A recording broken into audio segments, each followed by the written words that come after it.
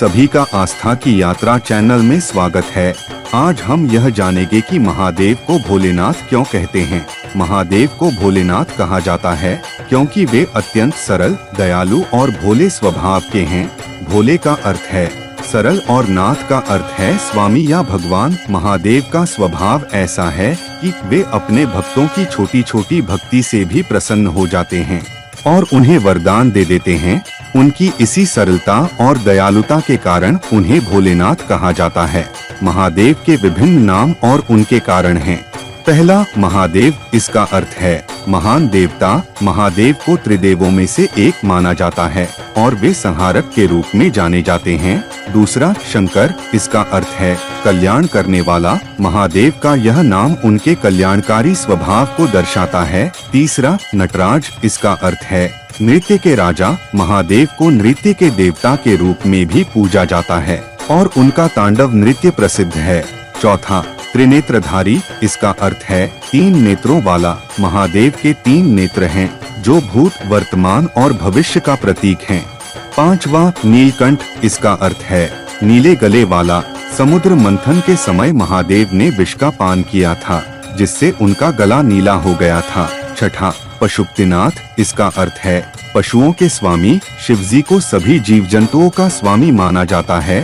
सातवां, गंगाधर, इसका अर्थ है गंगा को धारण करने वाला। महादेव ने गंगा को अपनी जटाओं में धारण किया था ताकि पृथ्वी पर उसका वेग कम हो सके। पौराणिक कथा के अनुसार महादेव से जुड़ी कई पौराणिक कथाएं हैं जिनमें से कुछ प्रमुख हैं। पौराणिक कथाओं में से समुद्र मंथन के बारे में देवताओं और असुरों ने मिलकर समुद्र मंथन किया था जिसमें से अमृत के साथ साथ विष भी निकला था। इस विष को पीने के लिए कोई तैयार नहीं था। तब महादेव ने इसे पिया और उनका गला नीला हो गया जिससे वे नीलकंठ कहलाए। दूसरा, सती और शिव के बारे में। सती जो महादेव की पहली पत्नी थीं, जिन्होंने अपने पिता दक्ष के यज्ञ में आत्मदाह कर लिया था। इसके बाद महादेव ने तांडव नृत्य किया और सती के शरीर को लेकर पूरे ब्रह्मांड में घूमे। विष्णु जी ने अपने सुदर्शन चक्र से सती के शरीर को खंड खंड कर दिया जिससे 51 शक्तिपीठों का निर्माण हुआ। तीसरा, गंगा के अवतरण के बारे में। राजा भगीरथ ने गंगा को पृथ्वी पर लाने के लिए तपस्या की थी। गंगा के वेग को नियंत्रित करने के लिए महादेव ने उन्हें अपनी जटाओं में धारण किया। इन कथाओं और नामों के माध्यम से महादेव की महिमा और उनके विभिन्न रूपों का वर्णन किया गया है। महादेव की भक्ति और उनके विभिन्न नामों का महत्व हिंदू धर्म में अत्यंत महत्वपूर्ण है। इस तरह के रोचक कहानियों के लिए मेरे चैनल को लाइक, शेयर और सब्सक्राइब कीजिए। इस श्रावण मास में हर दिन महादेव से जुड़ी बातों पर चर्चा करेंगे।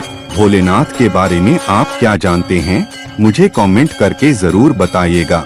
फिर मिलेंगे एक नई कहानी के साथ। तब तक अपना ख्याल रखिए।